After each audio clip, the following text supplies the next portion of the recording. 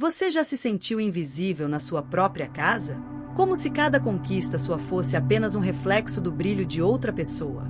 Você se sente constantemente drenado, culpado, e como se estivesse andando em ovos, sempre com medo de desagradar? E se eu te dissesse que a pessoa que deveria te amar incondicionalmente, a pessoa que você chama de pai ou mãe, pode estar aprisionando sua alma com amarras invisíveis? O que você faria se descobrisse que por trás de sorrisos e gestos aparentemente amorosos, existe um labirinto de manipulação e controle que está roubando sua identidade? Prepare-se, porque hoje vamos desvendar os segredos mais dolorosos e as verdades mais cruéis sobre pais narcisistas.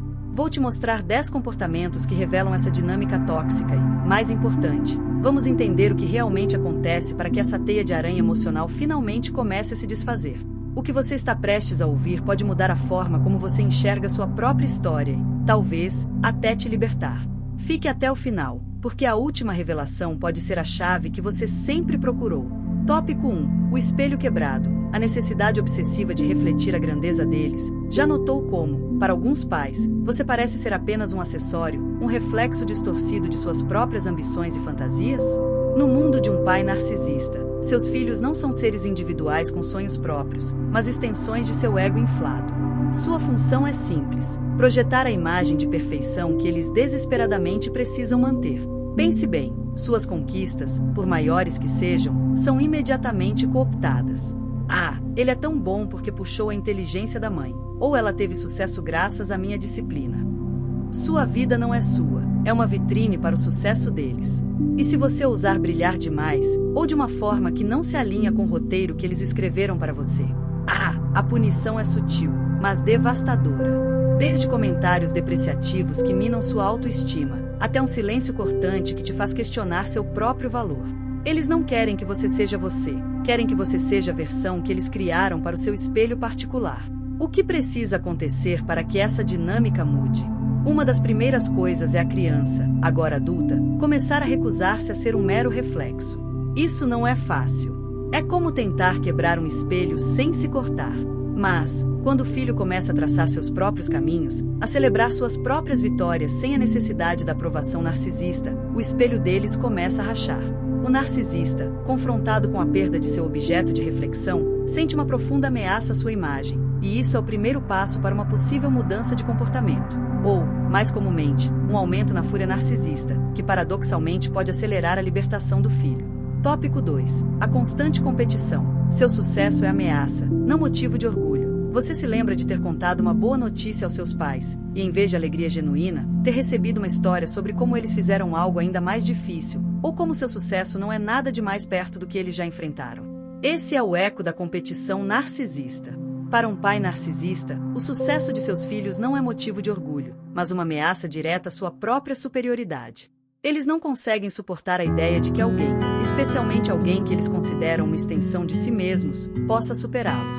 Essa competição doentia se manifesta de várias formas, desde minimizar suas conquistas, até sabotar seus esforços, ou de forma mais insidiosa, um upstage, onde eles contam uma história similar, mas com um final mais glorioso para si mesmos, roubando seu momento. O ponto de virada para essa dinâmica, quando o filho finalmente percebe que a aprovação ou o reconhecimento desses pais nunca virá, não importa o quão grande seja a conquista. O momento em que o filho para de buscar essa validação é um golpe devastador para o narcisista. Eles dependem da necessidade que você tem da aprovação deles para manter o controle. Quando você desiste dessa busca, a arma deles se torna inútil. É nesse vazio que a verdade dolorosa, mas libertadora, começa a emergir. Eles só param de competir quando a plateia, o filho, se recusa a aplaudir. Tópico 3. O manipulador mestre. Sentimento de culpa como ferramenta de controle. Depois de tudo que eu fiz por você, você me deve isso. Se você realmente me amasse, faria. Essas frases te soam familiares? Elas são as cordas invisíveis com as quais o pai narcisista tenta amarrar você em seu jogo de manipulação. A culpa é a moeda mais valiosa no arsenal de um narcisista. Eles a usam para te manter preso, para te impedir de tomar decisões que não os beneficiam, e para te forçar a cumprir seus desejos. Eles criam narrativas onde são as vítimas, os heróis sacrificados, e você, o filho ingrato ou egoísta. Qualquer tentativa de independência é rapidamente sufocada por uma avalanche de chantagem emocional, onde sua falta de consideração é o ponto central. Você é feito para sentir que cada escolha sua que não satisfaz é uma traição imperdoável. Quando esse ciclo se quebra? Geralmente, quando o filho atinge um ponto de exaustão emocional onde a culpa não surte mais efeito. Isso pode acontecer após anos de terapia, ou de forma abrupta, em um momento de clareza e desespero. Quando você começa a questionar a validade da culpa que eles impõem, quando você percebe que a dívida que eles cobram é ilusória e que suas próprias necessidades são válidas, o poder da manipulação se esvai. O narcisista, ao ver sua ferramenta principal perder o fio, se desespera e pode intensificar a manipulação, mas é um sinal de que o controle está escapando de suas mãos. Eles só param de usar a culpa quando ela não rende mais os frutos desejados. Tópico 4. O abastecimento narcisista. Sua energia é o alimento deles. Você já se sentiu como um reservatório de energia, constantemente sendo esvaziado, enquanto seus pais parecem se alimentar da sua atenção, admiração ou até mesmo do seu sofrimento. Essa é a dolorosa realidade do abastecimento narcisista. Pessoas narcisistas precisam de uma constante dose de atenção e validação para alimentar seu ego frágil.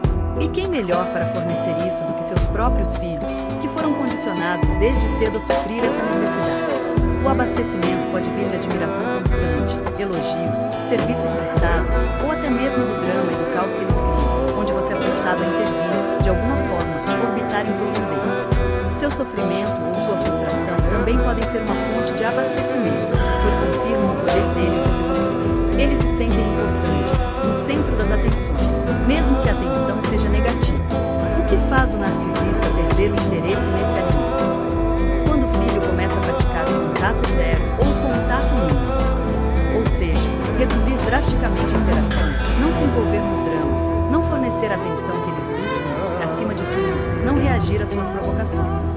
É como cortar o fornecimento de energia de um aparelho. No início, haverá uma explosão de raiva, pânico e tentativas desesperadas de reconectar. Mas se o fornecimento for consistentemente cortado, o narcisista eventualmente buscará outras fontes de abastecimento, pois a fonte seca não serve mais para seus propósitos. É um processo doloroso, mas fundamental para a libertação. Tópico 5. A crítica constante. Nunca bom o suficiente. Cada um de seus feitos é recebido como ressalvas. Cada uma de suas escolhas é alvo de julgamento. Você deveria ter feito melhor. Isso não é para você. Quem você pensa que é? A crítica constante é uma das ferramentas mais eficazes do pai narcisista para manter o filho em seu lugar. Essa torrente de críticas não tem como objetivo te ajudar a crescer, mas sim te diminuir. Ela serve para minar sua autoconfiança, para te fazer duvidar de suas próprias capacidades e, em última instância, para te manter dependente da aprovação deles, que, ironicamente, nunca chega plenamente. Se você acredita que não é bom o suficiente, é menos provável que você se atreva a sair da sombra deles e trilhar seu próprio caminho. A crítica é um veneno lento que paralisa a alma. Quando essa metralhadora de críticas começa a perder o impacto, quando o filho desenvolve uma forte autoconfiança e validação interna. Isso acontece quando você começa a confiar em seus próprios julgamentos, a valorizar suas próprias conquistas e a reconhecer que a fonte da crítica está na insegurança deles, e não em suas falhas. O momento em que você consegue ouvir as críticas e dizer para si mesmo isso diz mais sobre eles do que sobre mim é o início da sua liberdade. O narcisista, percebendo que suas palavras não têm mais o poder de ferir ou controlar, pode se sentir desarmado e buscar outras táticas, ou simplesmente desistir de te criticar, pois não há mais recompensa em sua reação. Tópico 6. A vitimização perpétua. Eles são sempre as vítimas. Não importa a situação, a culpa é sempre sua, do mundo, de qualquer um, menos deles. Eles se colocam no papel de sofredores eternos. E você, o vilão incompreendido? A vitimização é uma tática clássica do narcisista para desviar a responsabilidade e angariar a sua simpatia e serviço. Para um pai narcisista, admitir qualquer falha ou responsabilidade é impensável. Isso abalaria sua imagem de perfeição. Em vez disso, eles projetam suas falhas em você ou em outras pessoas, e se apresentam como as vítimas inocentes de circunstâncias cruéis ou de pessoas mal intencionadas. Essa postura de vitimização é poderosa, pois evoca pena e lealdade, fazendo com que você se sinta obrigado a ajudá-los, a resgatá-los, a consertar os problemas que, na verdade, eles mesmos criaram. É um ciclo vicioso onde você se torna um salvador perpétuo. Quando essa narrativa de vitimização perde o poder, quando o filho se recusa a assumir o papel de salvador ou de culpado, isso significa não cair na armadilha da pena, não se responsabilizar pelos problemas deles e não aceitar a culpa que eles tentam te impor. É um processo de estabelecer limites firmes, de reconhecer que as manipulações emocionais são deles, não suas. Quando você para de morder a isca e se recusa a entrar no drama, o narcisista perde sua audiência e sua fonte de energia. Eles só param de se vitimizar em relação a você quando percebem que essa tática não te mobiliza mais. Tópico 7. A invasão de limites. Sua vida não é sua. Sua privacidade é um conceito desconhecido? Suas decisões são constantemente questionadas ou invadidas. A vida de um filho de pai narcisista é frequentemente uma arena onde os limites são constantemente testados e violados. Para o narcisista, a ideia de que você tem uma vida separada e privada é uma afronta. Eles acreditam ter o direito de saber tudo, de opinar em tudo e de controlar suas escolhas. Isso pode se manifestar desde a leitura de suas mensagens e diários na infância, até interferência em seus relacionamentos, carreira e finanças na vida adulta. Qualquer tentativa de estabelecer limites é vista como rebeldia ou falta de amor, e é punida com raiva ou silêncio. A violação de limites é uma forma de manter o controle absoluto sobre sua existência. O que precisa acontecer para que essa invasão cesse? A imposição de limites firmes e inegociáveis por parte do filho. É um dos passos mais difíceis, pois o narcisista resistirá ferozmente. Isso pode significar não atender a todas as chamadas, não compartilhar detalhes da sua vida pessoal, ou até mesmo se afastar fisicamente. Quando o narcisista encontra uma barreira intransponível e consistente, ele é forçado a confrontar a realidade de que seu controle total está ameaçado. Eles só param de invadir seus limites quando você constrói um muro tão sólido que eles não conseguem mais escalar. Tópico 8. O favoritismo e o bode expiatório. Dividir para conquistar. Você foi o favorito por um tempo, apenas para ser derrubado e substituído? Ou você sempre foi o problema, o alvo das frustrações da família? Essa é a dança cruel do favoritismo e do bode expiatório, uma tática clássica do narcisista para manter o controle. Pessoas narcisistas raramente tratam todos os filhos de forma igual. Eles tendem a designar um filho de ouro, que reflete perfeitamente sua imagem idealizada, e um bode expiatório, que serve como lixeira emocional para todas as suas frustrações e inseguranças. Essa dinâmica cria uma competição tóxica entre irmãos, onde a aprovação parental é a moeda de troca, e impede que os filhos formem alianças. O favorito é usado para massagear o ego do narcisista, enquanto o bode expiatório é a válvula de escape para sua raiva e desprezo.